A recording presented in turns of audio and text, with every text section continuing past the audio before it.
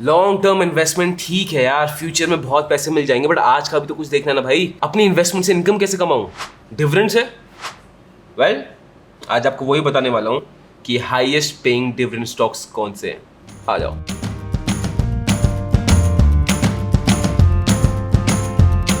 Hi guys, my name is Harsh Goyla. I'm an investor, trainer and mentor in stock markets. और आज high dividend yield stocks, ठीक है। तो आज तो देखो मैं आपको बताऊंगा कौन से स्टॉक्स हैं जो फंडामेंटली भी डिसेंट है और वो आपको अच्छा डिविडेंड आप उनसे एक्सपेक्ट कर सकते हो। बट एक चीज आप जरूर याद रखना कि मैं ये स्टॉक्स आपको ना एडवाइस कर रहा हूं ना टिप दे रहा हूं, मैं बस आपकी हेल्प कर रहा हूं। So please be sure to do your own research and study, उसके बाद ही ये स्टॉक्स खरीदना। शुरू करने के पहले मैं आपको बताना चाहता हूं कि मैंने किस बेसिस पे इन स्टॉक्स को चूज किया। मैं देखूंगा डिविडेंड यील्ड। डिविडेंड यील्ड वो रेशियो होता है जो इन्वेस्टर्स को हेल्प करता है कि कितना डिविडेंड पे किया गया है relative to the stock price, of course. अब ये है डिविडेंड यील्ड का फॉर्मूला। अब आप देख सकते हैं, एक एग्जांपल दें, ये है dividend yield of company A, ये है dividend yield of company B. ज्यादा किसका है? Company B. तो डिविडेंड कौन सी बेटर कंपनी दे रही है? Which is the company B. और मैं वो स्टॉक्स बताऊंगा आपको जिसका डिविडेंड यील्ड ज्यादा है एंड जिनका market capital is more than 5000 crore. Ready? शुरू करें। पहला स्टॉक है वेदांता। अब वेदांता ना, इनका बिजनेस किस चीज में? इनका बिजनेस है मिनरल्स का, ऑयल्स का, गैस का। ये इनको एक्सप्लोर करते हैं, ढूंढते हैं, एक्सट्रैक्ट करते हैं और प्रोसेस करते हैं। इनका प्रोडक्ट पोर्टफोलियो बहुत बड़ा है। ये जिंक में है, एल्यूमिनियम में है, सिल्वर में है, कॉपर में है, ऑयल गैस में है, आयरन ओर्स में है। तो देखो अच्छा खासा प्रोडक्ट पोर्टफोलियो है और बिजनेस भी बहुत तगड़ा है। इनकी प्रेजेंस इंडिया में नहीं, इंटरनेशनल है। साउथ अफ्रीका, यूएई, आयरलैंड और बहुत जगह फैला हुआ है। मैं आपको उनके की फैक्टर्स बताऊं, this will automatically blow your mind. ये दुनिया के सेकेंड लार्जेस्ट और इंडिया के लार्जेस्ट जिंक लेड माइनर है। इनका जिंक प्राइमरी मार्केट में इंडिया में 77% मार्केट शेयर है, मतलब क्लियर मेजॉरिटी। उल्टा इंडिया के एल्यूमिनियम मार्केट में भी इनका 40% मार्केट शेयर है, again a very dominant majority.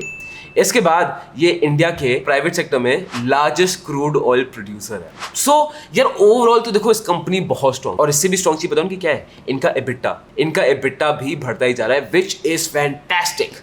अब जाते हैं इनके फाइनेंशियल्स में। इनकी sales growth for the past 3 years has 13.10%, profit growth for the last 3 years is 40.30%, ROE इज 30%, ROCE इज 32.2% एंड डिविडेंड यील्ड इनकी है 19.47%। सो डिविडेंड्स के लिए कोई स्टॉक खरीदना चाह रहे हो, इसको कंसीडर जरूर कर सकते हो। सेकंड कंपनी है NMDC। इनका बिजनेस क्या है? एक्सप्लोरेशन ऑफ मिनरल्स में। इनका प्रोडक्ट पोर्टफोलियो अगेन बहुत बड़ा है। आयरन ओर्स में तो है ही, रॉक फॉस्फेट, डायमंड, बीच सैंड्स, टंगस्टन और बहुत सारी चीजों में है। ये गवर्नमेंट ओन्ड कंपनी है और इनके भी फैक्ट्स बहुत ज्यादा स्ट्रॉन्ग है। NMDC इंडिया में आयरन ओर का लार्जेस्ट प्रोड्यूसर है और पूरी दुनिया में ना ये आयरन ओर का 10th लार्जेस्ट प्रोड्यूसर है। तो स्केल बहुत ज्यादा बड़ा है। As a matter of fact इनके सबसे ज्यादा मैकेनाइज्ड और सबसे ज्यादा लो कॉस्ट में जो आयरन ओर एक्सट्रैक्ट करते ना, वो ये बिजनेस है। तो डेफिनेटली बहुत स्ट्रॉन्ग है। अब जाते हैं फाइनेंशियल्स में। इनकी sales growth for the past 3 years is 28.7%, profit growth for the last 3 years is 26.60%, which is good, ROE is 29.10%, very strong, ROCE is 37.10%, again good, and dividend yield is 12.71%. Third company है REC। Government company है but इस business का ना India की growth story में बहुत important aspect रहा है और आगे जाके भी ये बहुत ज़्यादा इंपॉर्टेंट रहने वाली है फॉर इंडिया टू ग्रो। क्यों? अब ये कंपनी है पावर बिजनेस में। अब आप देखते हो ना, पावर बिजनेस के 3 पार्ट्स होते हैं। सबसे पहला पावर जनरेशन, फिर ट्रांसमिशन जहाँ पे पावर कलेक्ट होती है, चैनलाइज होती है, और फिर आता है डिस्ट्रीब्यूशन जहाँ पे लार्ज या स्मॉल यूनिट्स को पावर दी जाती है। और ये तीनों पार्ट्स बहुत ज़्यादा ज़रूरी हैं, तभी तो इंडिया में पावर जनरेशन होगी, पावर डिस्ट्रीब्यूशन होगी, तभी तो हम आगे बढ़ पाएंगे, हमारा इंफ्रास्ट्रक्चर स्ट्रॉन्ग होगा। और ये सारे बिजनेस को बहुत ज़्यादा कैपिटल चाहिए होता है। They are very very capital intensive. आप खुद इमेजिन कर सकते हो the amount of lines that have to be drawn, the systems, the machinery, बहुत कुछ चाहिए। ये कंपनी क्या रोल प्ले करती है? ये कंपनी इन सारी कंपनीज को फाइनेंसिंग देती है, शॉर्ट टर्म लोन देती है, लॉन्ग टर्म लोन देती है, so that these companies can survive, these companies can do better and India can grow further. और ये कंपनी इतनी सक्सेसफुल है कि फॉर्च्यून इंडिया 500 जो कंपनी होती है, टॉप 500 कंपनीज, उसमें से 48th रैंक पे है। REC वो पब्लिक सेक्टर कंपनी है जहां पे 20% से ज्यादा तो सिर्फ फॉरेन इन्वेस्टर्स ने इन्वेस्ट करके रखा है। सो ये कंपनी फ्यूचर में बहुत प्रॉमिसिंग हो सकती है हम सब के लिए। अब इनके फाइनेंशियल्स की बात करते हैं। इनकी sales growth for the past 3 years is 15.6%, profit growth for the past 3 years is 20.50%, ROE is 21.20%, ROCE is 9.11% and dividend yield is 10.94%. Fourth company है PFC, पावर फाइनेंस कॉर्पोरेशन। अब PFC ना एक NBFC है। आई नो बहुत सारे abbreviation हो रहे हैं, बट क्यों टेंशन ले रहे हो? गोयला बैठा है यहाँ पे, टेंशन ले रहे हो बेफालतू में? आ जाओ। NBFC क्या होता है? NBFC मतलब नॉन बैंकिंग फाइनेंशियल कॉर्पोरेशन।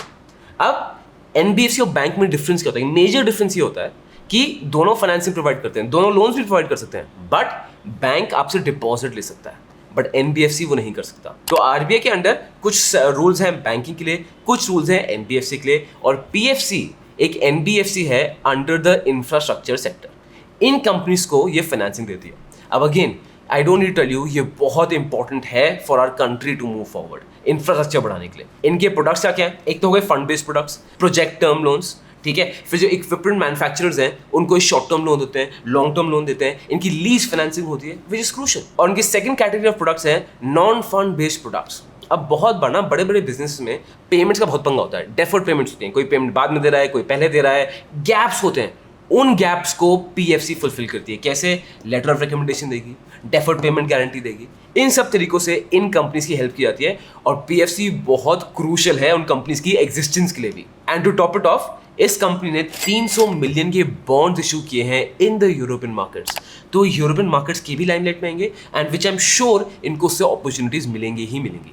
अब आते हैं दोस्त इनके फाइनेंशियल्स की तरफ। इनकी sales growth for the past 3 years is 12.1%, profit growth for the past 3 years is 12.20%, ROE is 21.20%, ROCE is 9.38% and dividend yield is 10.09%. Fifth company है कोल इंडिया।